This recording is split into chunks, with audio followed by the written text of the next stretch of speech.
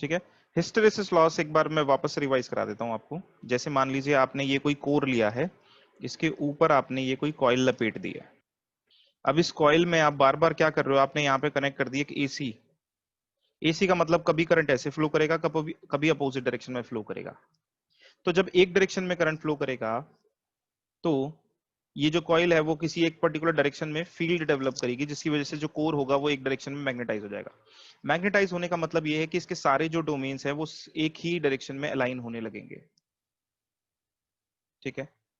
अब जब current change होता है, डायरेक्शन रिवर्स करता है, तो क्या होता है, इनको वापस से अनअलाइन होकर के पीछे वाली डायरेक्शन में, अपोजिट डायरेक्शन में आने में कुछ मेहनत करनी पड़ेगी। इस करंट को, जो हमने इनपुट करंट दिया है, पहले इसका कुछ, इस करंट को शुरुआत में, ये जो करंट होगा पहले इनको अपोजिट डायरेक्शन में मूव करेगा।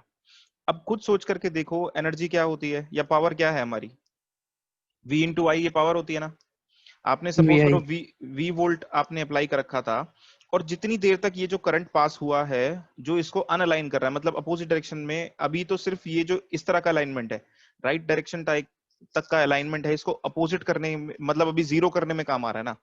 इतने तक की, इतने टाइम तक की जो पावर आपने कंज्यूम करी है, that is your energy wastage. ठीक है। तो इसको डीमैग्नेटाइज किया है बेसिकली आपने। तो यहाँ डीमैग्नेटाइजेशन में, और फिर उसके बाद मैग्नेटाइजेशन, डीमैग्नेटाइजेशन में जो आपका लॉसेस हो रहा है, ये जो है ये हिस्टेरेसिस लॉस है। ठीक है। जो हमने ये कर्व की मदद से भी देखा था। तो ये ऐसे करके आपको मिलेगा कुछ। ठीक है। ये हम इसके एरिया से निकाल सकते हैं, BH कर्व से। ठीक है। अब इसमें कोई डाउट है क्या? चलिए, मैग्नेटाइजेशन डीमैग्नेटाइजेशन साइकिल की वजह से होता है। ये कहां पर होगा लॉस? ये कोर में होगा लॉस, करेक्ट। क्योंकि कोर के ही जो आपकी डोमेन्स है उनको आप बार बार मैग्नेटाइज डीमैग्नेटाइज कर रहे हो, तो इस वजह से ये जो लॉस होगा ये कोर में लॉस होगा। तो ये कोर लॉस का पार्ट होता है, अगर आपको पता हो तो। कोर लॉस में दो होते हैं, एक होता है हमारा हिस्टेरेसिस और एक होता है एडी करंट लॉस। ठीक है। तो हिस्टेरेसिस कोर में होता है, इससे क्या होगा, कोर आपका हीट होने लगेगा। ठीक है। नेक्स्ट है हमारे पास eddy current loss. Eddy current loss क्या होता है? एडी करंट्स आपने पढ़ा होगा। मैं एक बार इसको ड्रॉ करके दिखा देता हूं आपको। जैसे सपोज कीजिए आपने यहाँ पर क्या ले ली, दो मैग्नेट्स ले लिया। ये नॉर्थ पोल है, ये सपोज करो साउथ पोल है मैग्नेट का। तो मैग्नेटिक फील्ड हो गई कुछ इस तरह से। नेक्स्ट आप सपोज करो कि एक पेंडुलम टाइप का, यहां पर हमने क्या करा है, एक टॉप पे ये रिजिड सपोर्ट है, यहां पर हमने एक बांध रखा है एक प्लेट को, और ये प्लेट ना ऐसे ऐसे स्विंग कर रही है, जैसे पेंडुलम स्विंग करता है ना, ऐसे ऐसे ये स्विंग कर रही है। तो जब भी ये प्लेट इन मैग्नेट के बीच में से गुजरेगी, ये फील्ड लाइंस को कट करना शुरू करेगी। और हम जानते हैं जब भी कोई कंडक्टर मैग्नेटिक फील्ड लाइंस को कट करते हुए जाता है, ठीक है, अगर ये इसे कट करते हुए जा रहा है, तो क्या होगा, इसमें ईएमएफ इंड्यूस हो जाएगी। ऐसे ही इसमें भी ईएमएफ इंड्यूस हो जाती है, जिसकी वजह से लोकल करंट, यहाँ पे प्लेट के अंदर ही करंट डेवलप होने लगेंगे, ऐसे वर्लपूल की शेप में।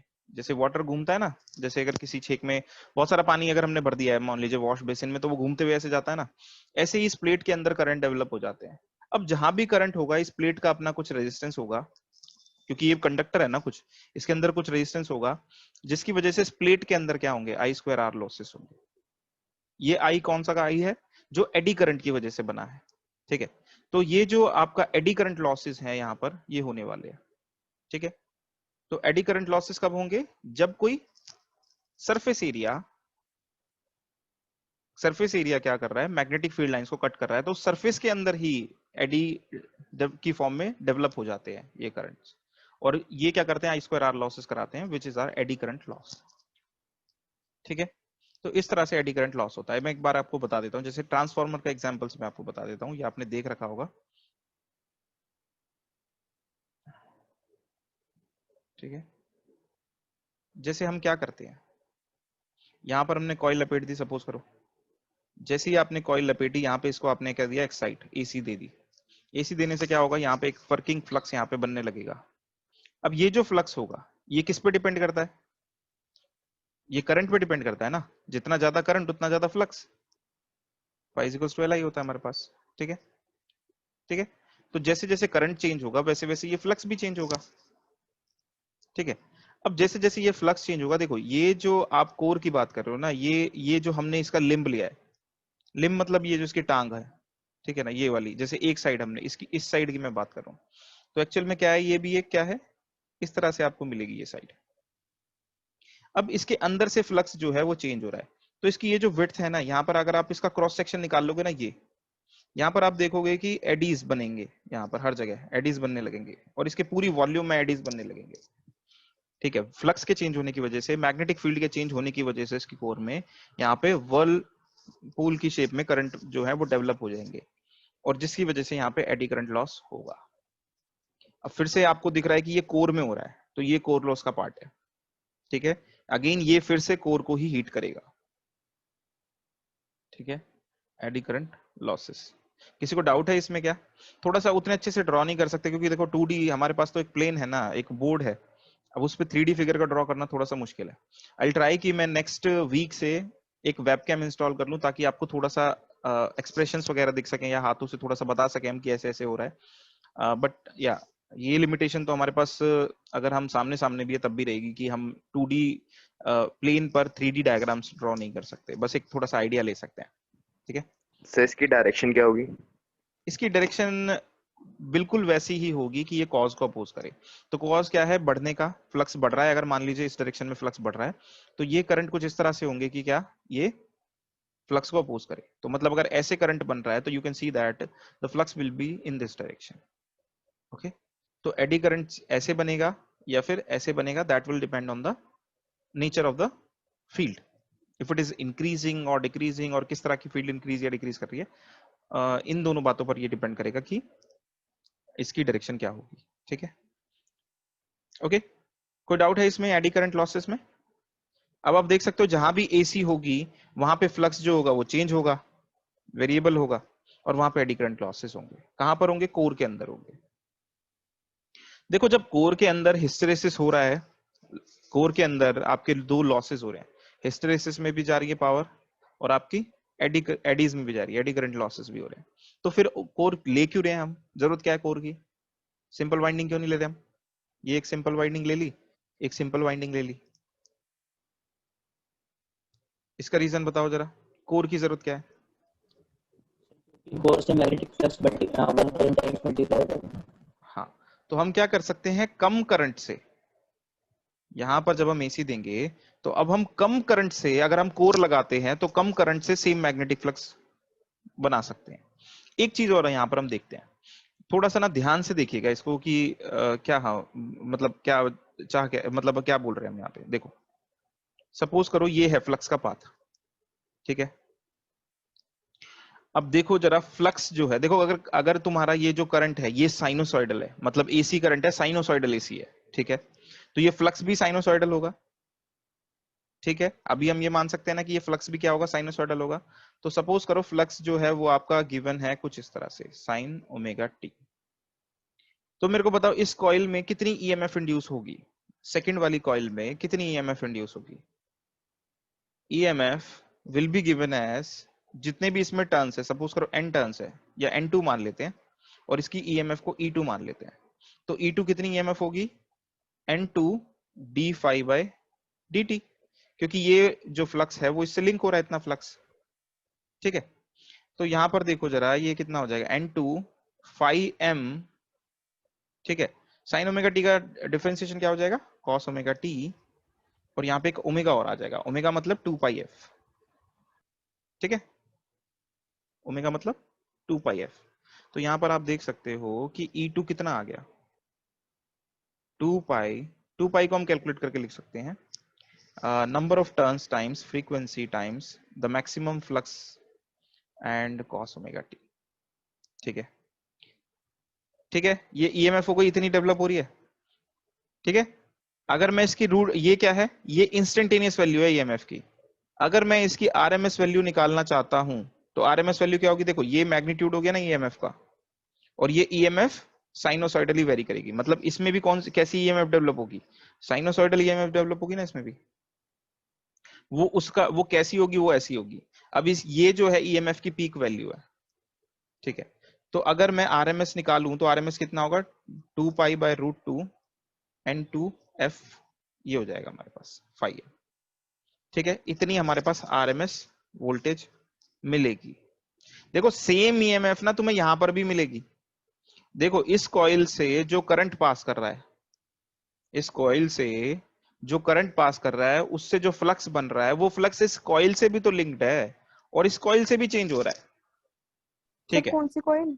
फर्स्ट वाली, ये फर्स्ट कॉइल है हमारी और ये सेकंड वन है। ठीक है, तो ये ईएमएफ 1 प्रोड्यूस होती है यहाँ पे ईएमएफ 2 प्रोड्यूस होती है। देखो यहाँ पे तुमने क्या करा, यहाँ पे V1 वोल्टेज तुमने लगाई साइनोसॉइडल। ठीक, तो उससे क्या होगा, यहाँ पे करंट फ्लो करेगा साइनोसॉइडल। अब इससे जो फ्लक्स प्रोड्यूस हो रहा है, ये जो फ्लक्स इससे प्रोड्यूस हो रहा है फाई, ये वाला जो फ्लक्स हमने शो कर रखा है, ये जो फ्लक्स है ये दोनों कॉइल से लिंक्ड है ना, और दोनों कॉइल से लिंक्ड ये फ्लक्स चेंज हो रहा है। और जब भी फ्लक्स चेंज होगा वहां पे ईएमएफ इंड्यूस होगी, तो दोनों में ईएमएफ इंड्यूस होगी। अगर E1 में निकालोगे तो E1 में क्या होगा, E1 में भी सेम होगा, बस क्या होगा यहाँ पे नंबर ऑफ टर्न्स अगर N1 है तो ये N1 d∅dt हो जाएगा। ठीक है, अब इसको जब तुम डिफरेंशिएट करोगे तो E1 कितना निकल के आ जाएगा तुम्हारे पास, 2 पाई N1 f phi m cos omega t। किस चीज का डिफरेंस आया, नंबर ऑफ टर्न्स का डिफरेंस आया, लेकिन ईएमएफ दोनों में होगी है। और देखो तुमने V1 वोल्टेज तो अप्लाई की है, उसकी वजह से एक ईएमएफ इंड्यूस हुई है E1। ये जो ईएमएफ है ये तुम्हारी बैक ईएमएफ है, जो प्राइमरी कॉइल में फर्स्ट कॉइल में ही डेवलप हुई है। ये किस वजह से हुई है, क्योंकि इसमें भी फ्लक्स चेंज हो रहा है, लेकिन ये खुद की करंट की वजह से हो रही है, ये खुद के करंट की वजह से हो रही है। ठीक है, इसको हम बोलते हैं बैक ईएमएफ। तो दोनों में ईएमएफ इंड्यूस होगी। ठीक है, और दोनों में ईएमएफ इस तरह से दिखेगी, और E1 अगर आप निकालोगे तो वो कितना हो जाएगा, इसकी आरएमएस वैल्यू निकालोगे तो कोई बात नहीं, जो भी पीक वैल्यू होती है उसको हम √2 से डिवाइड कर देते हैं साइनोसॉइडल फंक्शन के लिए, to find out the RMS value. बोलो जल्दी से, इसमें कोई डाउट है क्या? देखो बोलोगे तो पता चल जाएगा, मैं अभी क्लियर कर दूंगा, नहीं तो फिर पता, क्योंकि अब मैंने हाँ सर लास्ट में क्या करा आपने, 2 पाई अपॉन √2 कैसा आया? हम ये मैं बता देता हूँ, लेकिन अगर देखो तुम लोग पूछोगे ही नहीं ना, तो अब मुझे 4 लेक्चर ऑलरेडी हो चुके हैं, आज से मुझे सिलेबस शुरू करना है। ठीक है, तो बेसिक कॉन्सेप्ट आज मैं खत्म कर दूंगा अभी 10-15 मिनट में, और उसके बाद हम लेक्चर शुरू करेंगे, अपना सिलेबस शुरू करेंगे। ठीक है, तो अभी जो पूछना है पूछ लो। देखो जरा, मान लो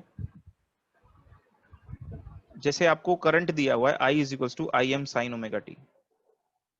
ठीक है, तो ये क्या होती है, पीक वैल्यू होती है ना करंट की। ये क्या बता रहा है, आपका करंट कैसे वेरी कर रहा है, साइनोसॉइडली वेरी कर रहा है, इसकी पीक वैल्यू कितनी है, Im है। ठीक है,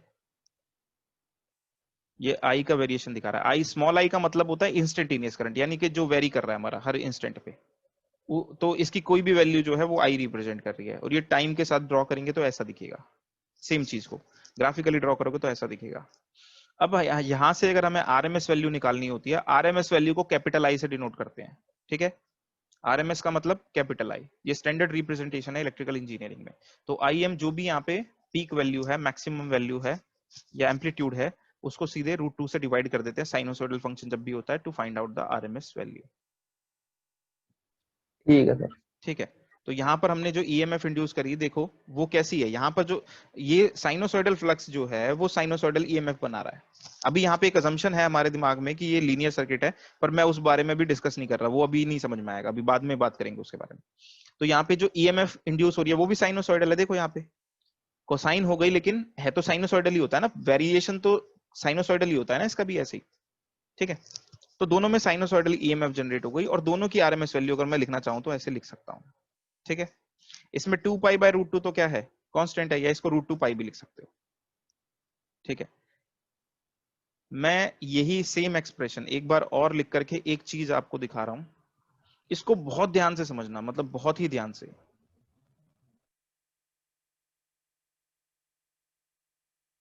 देख लो, ये है ना आरएमएस वोल्टेज √2 पाई n phi m f। ठीक है, ये एक्सप्रेशन आया ना, प्राइमरी कॉइल में है तो N1 कर देना इसको, सेकेंडरी में है तो N2 कर देना है, और अगर कोई और तीसरी कॉइल भी रख देंगे तो N3 हो जाएगा, जितने उसमें टर्न्स होंगे। ठीक है, ऐसे ईएमएफ निकल के आ जाएगी आरएमएस। अब यहां पर देखो, ये जो पार्ट है ये है कांस्टेंट। ठीक है, एक बार तुमने कॉइल डिजाइन कर दी, ये भी क्या हो जाएगा, कांस्टेंट। तो मैं सिंपली इस एक्सप्रेशन से ये नहीं बोल सकता क्या कि ईएमएफ अगर आप कंट्रोल करना चाहते हो, या ईएमएफ किसके ऊपर डिपेंडेंट है? के टाइम्स फ्रीक्वेंसी और मैक्सिमम फ्लक्स जो आप इसमें डाल रहे हो। मैक्सिमम। ठीक है, अब थोड़ा ध्यान से सुनना जरा।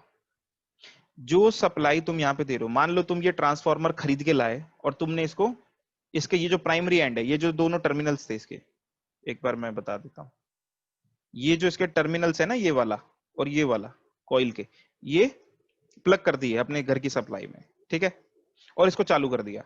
मेरे को बताओ जरा, फ्रीक्वेंसी कितनी मिलेगी? बोलो, 50 हर्ट्ज मिलेगी? ये कितनी है? फिक्स, जो भी मिलेगी फिक्स है ना, ये 50 हर्ट्ज। अगर तुम कोई और सोर्स यूज कर रहे हो तो उसकी भी हो सकता है फिक्स हो 50 हर्ट्ज। और ईएमएफ भी फिक्स है, 230 वोल्ट, फिक्स है कि नहीं है? और ये जो वैल्यू है ये भी फिक्स है। तो देखो जरा, मैक्सिमम फ्लक्स किसके ऊपर डिपेंड कर रहा है? E अपॉन एफ के ऊपर डिपेंड कर रहा था ना, ठीक है, ये है कि नहीं है बताओ।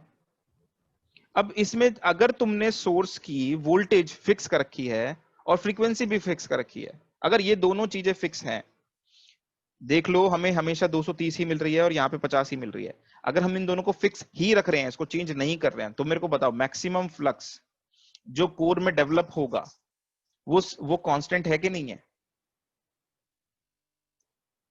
बोलो, यस और नो बताओ जल्दी,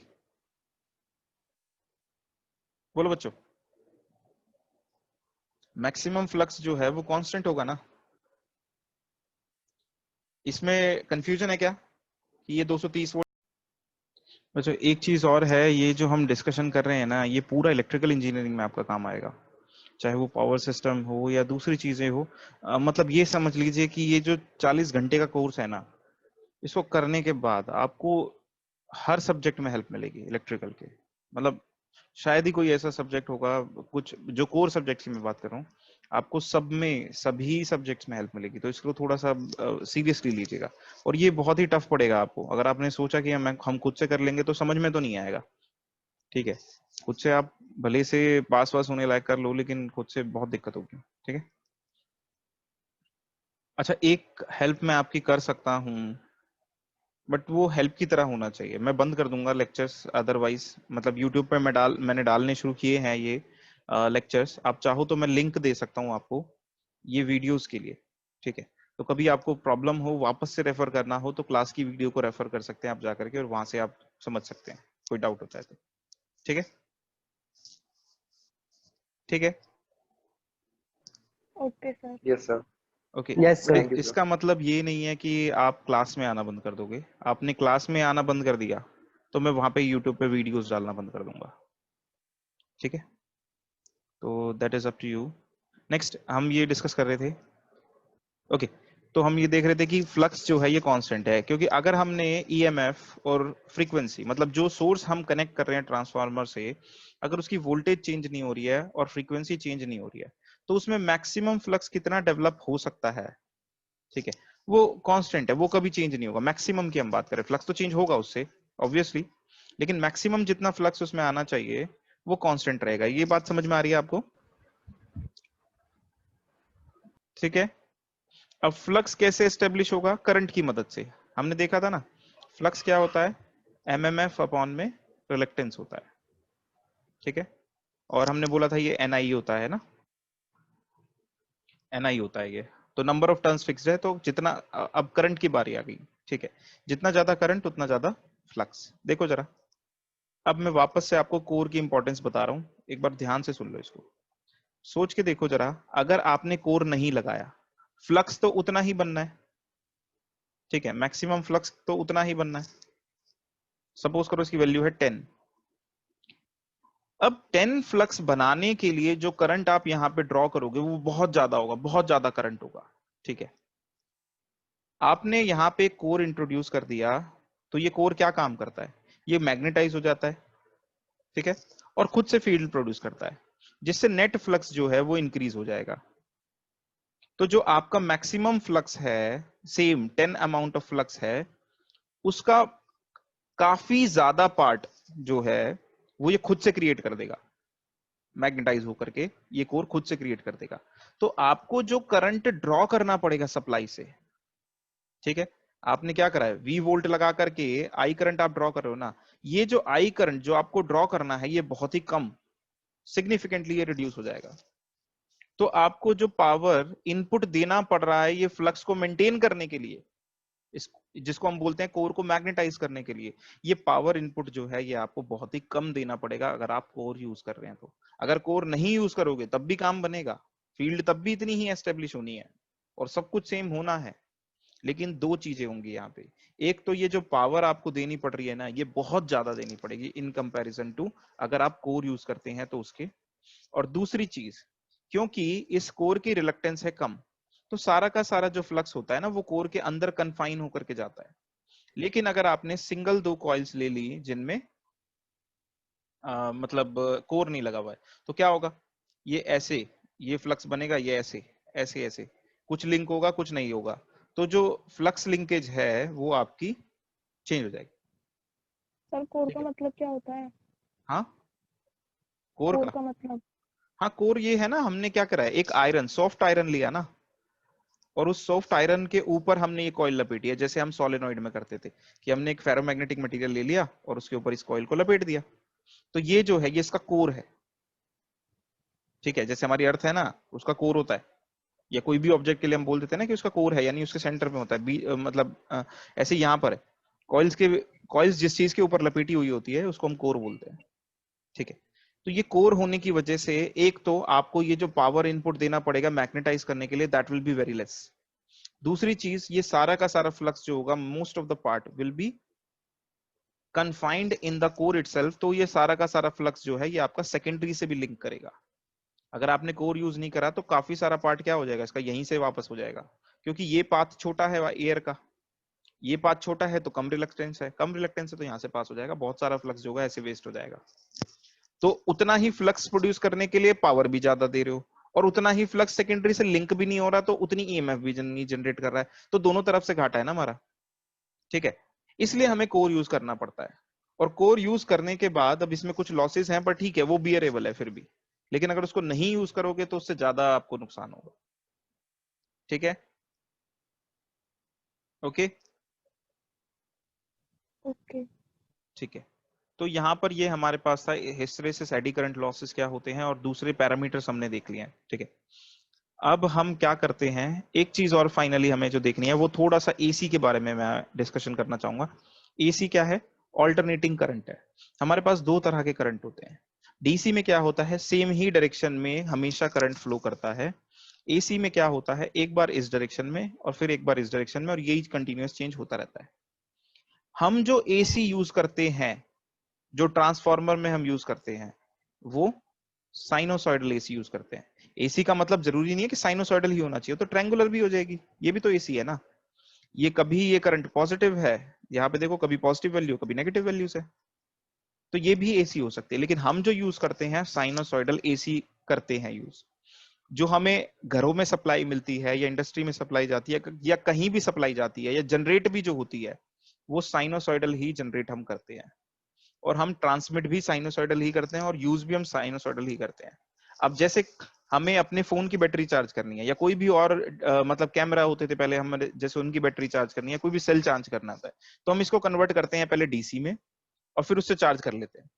मान लीजिए हमें चार्ज करना भी, जैसे इन्वर्टर है, इन्वर्टर की बैटरीज हमें चार्ज करनी है, ठीक है, तो हम इसको कन्वर्ट करते हैं डीसी में और डीसी को फिर डीसी की मदद से हम फिर इसको चार्ज करते हैं। ठीक है, तो लेकिन हम यूज करते हैं साइनोसॉइडल।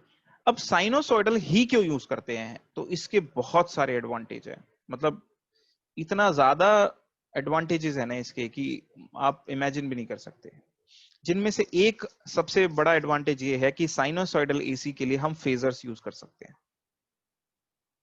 फेजर्स के बारे में आपने सुना होगा, ठीक है, तो यहां पर हम फेजर्स यूज कर सकते हैं फेज रिलेशन फाइंड आउट करने के लिए।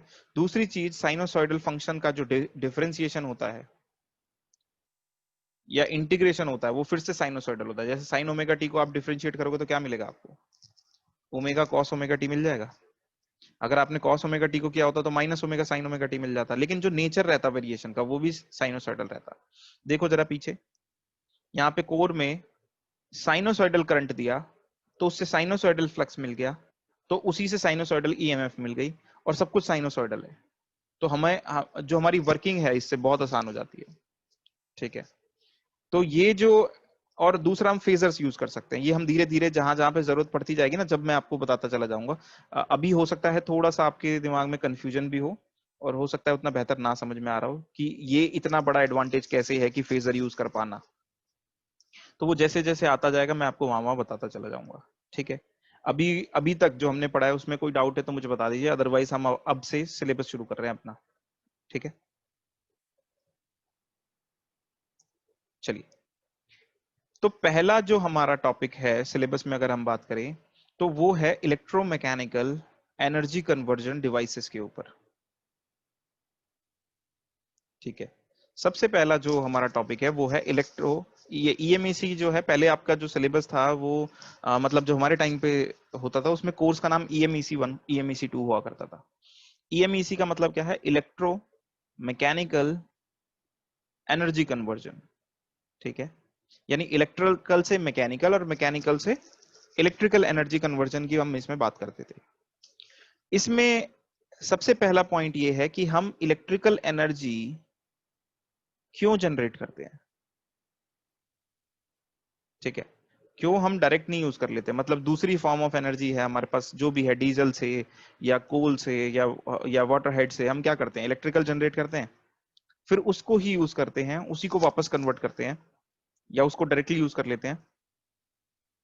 तो दूसरी फॉर्म ऑफ एनर्जी हम क्यों नहीं यूज करते हैं? इलेक्ट्रिकल एनर्जी में ऐसी क्या खास बात है? तो इलेक्ट्रिकल एनर्जी की फॉर्म की अगर हम बात करें तो ये बहुत ही बेहतरीन फॉर्म है हमारे यूसेज के लिए। ठीक है, फायदा क्या है इसका देखो जरा। इस इलेक्ट्रिकल एनर्जी को जनरेट करने के बाद इसको ट्रांसमिट करना एक जगह से दूसरी जगह पे, इसका ट्रांसमिशन इजी है। ठीक है, इसको वायर्स के थ्रू हम, कंडक्टिंग वायर्स के थ्रू हम क्या कर लेते हैं? एक जगह से दूसरी जगह पे ट्रांसमिट कर लेते हैं। दूसरा, इसका यूटिलाइजेशन बहुत आसान है, ये सब नोट्स मैं आपको दे दूंगा। यूटिलाइजेशन, ये फर्स्ट है, ये सेकंड है हमारा यूटिलाइजेशन। यूटिलाइजेशन मतलब आपको गर्मी लग रही है, आपको फैन चाहिए, मतलब कुछ ऐसा चाहिए कि आपको हवा चाहिए, तो आप उस इलेक्ट्रिकल एनर्जी को यूज करके फैन चला सकते हैं। घर में अंधेरा हो रहा है रात को, आपको लाइट चाहिए, तो आपने लाइट को कन्वर्ट कर, जो जो हमारी इलेक्ट्रिसिटी है उसको कन्वर्ट कर दिया लाइट में, और आपने उसको यूज कर लिया। ठीक है, आपको मोबाइल यूज करना है, टेलीविजन यूज करना है, या दूसरी कोई भी इक्विपमेंट यूज करना है, आप क्या कर सकते हो? इलेक्ट्रिकल एनर्जी की जो हमें मिल रखी है उससे हम वापस से उसको यूज कर सकते हैं। ठीक है, इसको कंट्रोल करना भी आसान है। ठीक है, कितना आपको चाहिए, वोल्टेज कम ज्यादा करना है, फ्रीक्वेंसी चेंज करनी है, डीसी चाहिए, एसी चाहिए, कुछ भी करना है, इसको कंट्रोल कर सकते हैं हम इजीली। ठीक है, तो ये जो 3 पॉइंट हैं ये बहुत ही ज्यादा मतलब बढ़िया बना देते हैं इलेक्ट्रिकल एनर्जी की फॉर्म को। आप खुद सोच के देखिए, जो हम वाटर हेड से यानी पानी गिरा करके जो हम बिजली बना रहे थे, उस पानी की मदद से मान लीजिए, या इस मैकेनिकल एनर्जी से, इस फॉर्म से हम कैसे हम अपने घरों की मोटर चला करके पानी भर सकते हैं, पंप कर सकते हैं कैसे। ठीक है, तो यहाँ पर बहुत ही प्रॉब्लमेटिक है अगर हम इसको किसी और में फॉर्म में कन्वर्ट करें फिर वहां से यूज करें। इलेक्ट्रिकल जो एनर्जी है ये बहुत ही अच्छी फॉर्म है इन सब कामों के लिए, यूटिलाइज करने के लिए, ट्रांसमिट करने के लिए, कंट्रोल करने के लिए, और बहुत ही रिलायबली हम ये काम कर सकते हैं, रिलायबली, एफिशिएंटली, ये रिलायबली एंड एफिशिएंटली ये काम जो है किया जा सकता है, इसलिए हम इलेक्ट्रिकल एनर्जी को यूज करते हैं। दूसरी चीज, अब हमें क्या बात करनी है? इलेक्ट्रिकल एनर्जी के कन्वर्जन की बात करनी है, मैकेनिकल।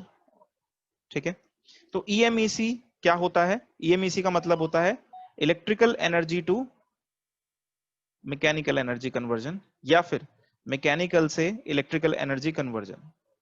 ईएमईसी में इलेक्ट्रोमैकेनिकल एनर्जी कन्वर्जन का मतलब यही होता है कि या तो इलेक्ट्रिकल एनर्जी का मैकेनिकल में कन्वर्जन हो रहा है या मैकेनिकल का इलेक्ट्रिकल में कन्वर्जन हो रहा है। अब ईएमईसी डिवाइस का क्या मतलब हुआ? इसका मतलब, तो ईएमईसी डिवाइसेस वो डिवाइसेस होंगे या तो वो इलेक्ट्रिकल को मैकेनिकल में कन्वर्ट कर रहे होंगे या फिर मैकेनिकल को इलेक्ट्रिकल में कन्वर्ट कर रहे होंगे। अब हमारे पास ईएमईसी डिवाइसेस के एग्जांपल आप बता सकते हो क्या?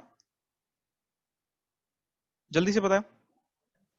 जनरेटर हो गया, जनरेटर, मोटर, मोटर हो गई, मोटर्स, और बताओ। फैन फैन फैन हो गया, ठीक है, हमारे पास रिले हो गए। ठीक है, रिले आप सर्किट सॉरी पावर सिस्टम में थोड़ा सा डिटेल में पढ़ोगे, पर यहाँ पर भी हमें एक रिले देखना है, रिले का फंक्शनिंग हमें देखनी है। ठीक है, इसके अलावा आपके ट्रांसड्यूसर हो जाते हैं बहुत सारे, जो इलेक्ट्रिकल एनर्जी लेकर के मैकेनिकल वर्क कर देते हैं, या फिर आप उनको खींचोगे तो उनमें ईएमएफ जनरेट हो जाती है। तो बहुत सारे ट्रांसड्यूसर हमारे पास होते हैं। ठीक है, ऐसे ही बहुत सारे इंस्ट्रूमेंट्स हैं जो इसके ऊपर काम करते हैं। जैसे हमारा मूविंग आयरन इंस्ट्रूमेंट आपने पढ़ा होगा। मूविंग आयरन इंस्ट्रूमेंट क्या करता है, बोलो? हमें करंट या वोल्टेज डिटेक्ट करने का काम आता है ना मूविंग आयरन इंस्ट्रूमेंट। ठीक है, तो वो जैसे ही उनके अंदर करंट पास करता है वो मूवमेंट शो करते हैं। तो बहुत सारे डिवाइसेस हमारे पास जो इलेक्ट्रोमैकेनिकल एनर्जी कन्वर्जन करते हैं। मेनली हमें जो डिस्कस करना है वो जनरेटर और मोटर को डिस्कस करना है। ठीक है, उससे पहले एक और हमें डिस्कस करना है, दैट इज रिले। वो हम अभी धीरे धीरे उसी के ऊपर आएंगे अब। ठीक है, तो ये सारे हो गए हमारे electro mechanical energy conversion devices. What is the time? So I think it's almost. ठीक है, अब इसके लिए हम जो यूज करते हैं होता क्या है, हमारे पास एक साइड तो है इलेक्ट्रिकल एनर्जी और एक साइड है मैकेनिकल एनर्जी। या तो हम मैकेनिकल से इलेक्ट्रिकल में जा रहे हैं या इलेक्ट्रिकल से मैकेनिकल जा रहे हैं। लेकिन इस इलेक्ट्रिकल का जो कन्वर्जन मैकेनिकल में होता है ये डायरेक्ट नहीं होता है। ये जो डिवाइस होते हैं इन दोनों को कपल करने के लिए, ठीक है, इलेक्ट्रिकल एनर्जी और मैकेनिकल एनर्जी, ये सिस्टम जो है यहाँ पे एक मैकेनिकल सिस्टम होगा, यहाँ पे एक इलेक्ट्रिकल सिस्टम होगा। इलेक्ट्रिकल सिस्टम जैसे कि यहाँ पे आप कोई सॉकेट यूज कर रहे हो ना, तो वहां पे इलेक्ट्रिकल एनर्जी जनरेट हो रही है, वहां से इलेक्ट्रिकल एनर्जी आ रही है। ठीक है, तो यहाँ पे एक इलेक्ट्रिकल सिग्नल से कनेक्टेड है, सिस्टम से कनेक्टेड है ये डिवाइस। और इस तरफ से मैकेनिकल सिस्टम से, जैसे सपोज करो आपको वाटर पंप कराना है या कोई भी मूवमेंट कराना है, कुछ भी चीज मूव करनी है, तो वो यहाँ पर आप क्या कर रहे हो, उसको मूव करा रहे हो, फैन लगा रखा है, कुछ भी है, तो यहाँ पे ये दोनों सिस्टम कनेक्टेड है। ठीक है, इस डिवाइस के थ्रू, जैसे ये फैन भी हो सकता है। तो यहाँ पे ये ब्लेड्स रोटेट कर रहे हैं, यहाँ पे ये इलेक्ट्रिकल एनर्जी इसमें जा रही है इलेक्ट्रिकल सिस्टम से होती हुई। ये डिवाइस जो होता है डायरेक्टली इलेक्ट्रिकल को मैकेनिकल में कन्वर्ट नहीं करता है, यहाँ पर एक हमें कपलिंग फील्ड चाहिए होती है। ठीक है, कपलिंग फील्ड की मदद से क्या करते हैं हम, कपलिंग फील्ड मतलब जो इन दोनों को कपल कर रही है, जोड़ रही है। और वो फील्ड हमारे पास दो ऑप्शन है, या तो वो होगी इलेक्ट्रिक फील्ड और या वो होगी मैग्नेटिक फील्ड। दो ऑप्शन है हमारे पास। ठीक है, और हम कौन सी यूज करते हैं, मैग्नेटिक फील्ड। ऐसा क्यों? क्योंकि मैग्नेटिक फील्ड जो होती है, ये आपने 12th क्लास में भी पढ़ा होगा, पहले भी देखा होगा कि इलेक्ट्रिक और मैग्नेटिक फील्ड में एनर्जी स्टोर हो जाती है। ठीक है, ये जो फील्ड्स हैं ये अपने अंदर एनर्जी स्टोर कर लेती हैं। तो मैग्नेटिक फील्ड की जो स्टोरिंग कैपेबिलिटी होती है वो बहुत ज्यादा होती है इलेक्ट्रिक फील्ड से, बहुत बहुत बहुत ज्यादा होती है, लगभग लगभग 25,000 से भी ज्यादा times energy storage capability, storing capability than electric field. इसलिए हम कपलिंग के लिए मैग्नेटिक फील्ड यूज करते हैं। ठीक है, अब नेक्स्ट क्लास में हमें क्या करना है, प्रिंसिपल ऑफ एनर्जी कन्वर्जन, जो भी हमारा कंजर्वेशन होता है उसको लगाते हुए क्या क्या लॉसेस हो रहे हैं, कहां पर कैसे कैसे कितनी कितनी एनर्जी स्टोर हो रही है, वो हमें बेसिकली लगाते हुए ये सिस्टम को एस्टेब्लिश करना है, मतलब उसकी इक्वेशन। कपलिंग फील्ड क्या होती है, देखो इलेक्ट्रिकल डोमेन से जब आप मैकेनिकल डोमेन में जाना चाहते हो, ठीक है, तो उसका माध्यम है ये। ठीक है, जैसे कि हमने फैराडेज लॉ में देखा था, जैसे कोई एग्जांपल ले लेते हैं, मान लो मोटर का एग्जांपल ले लेते हैं। मोटर में क्या होता है, आपके पास एक मैग्नेटिक फील्ड है, ठीक है, और ये कंडक्टर रखा हुआ था, इसमें क्या करा आपने, कुछ करंट पास करा, तो आपने क्या करा, इसको कुछ इलेक्ट्रिकल एनर्जी दे दी है। ठीक है, यहाँ पर कुछ एनर्जी मतलब दे दिया आपने। ठीक है, तो ये इलेक्ट्रिकल एनर्जी, अगर सिंपल वायर है इसको इलेक्ट्रिकल एनर्जी दे दी, तो ये मैकेनिकल में कन्वर्ट कर सकता है क्या? नहीं। लेकिन जब ये मैग्नेटिक फील्ड में रखा हुआ है तो ये एक फोर्स एक्सपीरियंस करेगा जिसकी वजह से ये मूव करेगा। जब सारे कंडक्टर्स ये फोर्स एक्सपीरियंस करते हैं और मूव करना शुरू करते हैं, तो उस मूवमेंट से हमें क्या मिल रहा है, मैकेनिकल एनर्जी मिल रही है ना। सिंपल इलेक्ट्रिकल एनर्जी डायरेक्टली थोड़ी मैकेनिकल में कन्वर्ट हो रही है क्या, बोलो? तो यहां पर जो माध्यम है वो क्या है, मैग्नेटिक फील्ड है। मैग्नेटिक फील्ड जो है वो कन्वर्ट करा रही है इसको। ठीक है, और थोड़ा सा डिटेल में हम देखेंगे। जनरेटर का एग्जांपल भी आप ले सकते हो कि आपने कोई कंडक्टर को मूव करना शुरू कर दिया, मान लो ऐसे रोटेट कर रहे हो आप कंडक्टर को, ठीक है, तो ये क्या इलेक्ट्रिकल एनर्जी दे देगा क्या? नहीं। आपने क्या माध्यम यूज किया यहाँ पर? मैग्नेटिक फील्ड यहाँ पर रखी। अब जब ये इसको कट करने लगेगा तो यहाँ पर क्या होगा? इलेक्ट्रिसिटी जनरेट होने लगेगी, ठीक है, उसको हम यूज कर लेंगे। तो ये इसके लिए एक माध्यम का काम कर रही है, ठीक है। ऑल्दो हमारे पास और भी तरीके हैं, जैसे कि एग्जाम्पल के लिए देखो, मान लो जैसे हमारा हीटर वगैरह होते हैं, इलेक्ट्रिक हीटर है या इलेक्ट्रिक वाटर हीटर है बेसिकली, उसमें क्या है, मान लो जैसे रॉड होती है ना, एक पानी की रॉड होती है, उसमें उसमें हम क्या करते हैं, मतलब एक ऐसे हीटिंग एलिमेंट की एक रॉड होती है ना जिससे हम वाटर हीट करते हैं गर्मियों में, सर्दियों में सॉरी। तो क्या करते हैं, इससे करंट पास करते हैं, ये हीट अप हो जाता है, ये सारी हीट किसको करता है? वाटर को ट्रांसफर कर देता है। सपोज करो ये वाटर को बॉईल कर देता है, ये बॉईल क्या कर रहा है? टरबाइन रोटेट कर रहा है, और उससे हम क्या कर सकते हैं, मतलब ये रोटेशन कुछ प्रोड्यूस कर रहा है या कोई मूवमेंट प्रोड्यूस कर रहा है जिससे हम मैकेनिकल वर्क करा रहे हैं, ठीक है। तो यहाँ पर हमने यूज नहीं किया फील्ड को, यहाँ पे हमने फील्ड को यूज नहीं किया, लेकिन हमें ऐसे सिस्टम्स की बात करनी होगी जिनमें हम मैग्नेटिक फील्ड को माध्यम लेकर के काम करेंगे।